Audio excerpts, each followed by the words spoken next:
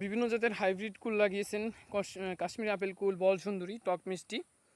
এই সমস্ত কুলে আপনারা ফুল রাখার জন্য কী ওষুধগুলো দিবেন এবং ফুলের কলি রাখার জন্য যে ওষুধগুলো আপনার স্প্রে করতে হবে। প্রথমত আপনার যদি গাছ ছত্রাকে আক্রমণ করে, গাছ যদি হলুদ হয়ে যায়, তাহলে আপনারা ছত্রাকনাশক স্প্রে করবেন এবং ছত্রাকের কারণে অনেক সময় ফুল পড়ে যায়। তারপরে ছত্রাকনাশকের সাথে আপনারা একটা কীটনাশক স্প্রে করে দেবেন, যাতে গাছে রোগ ব্যাধি ছটকা মাকড়ের আক্রমণ যাতে না হয়। আর দ্বিতীয়ত আপনারা ফুলের জন্য একটা ভিটামিন জাতীয় ওষুধ ফ্লোরা, সেটা বাজারে পাওয়া যায়।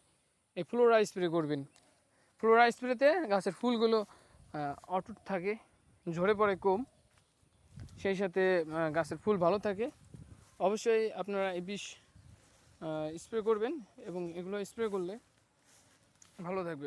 ফ্লোরা অবশ্যই 2বার স্প্রে করবেন 15 দিন অন্তর, এবং সেই সাথে যদি পারেন ফ্লোরা স্প্রে করার আগে, ফ্লোরা স্প্রে করার 1 সপ্তাহ আগে আপনারা 16 বার বোরন স্প্রে করতে পারেন।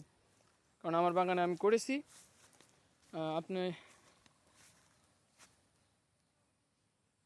এটা হচ্ছে আমার টক মিষ্টি আপেল কুলের বাগান।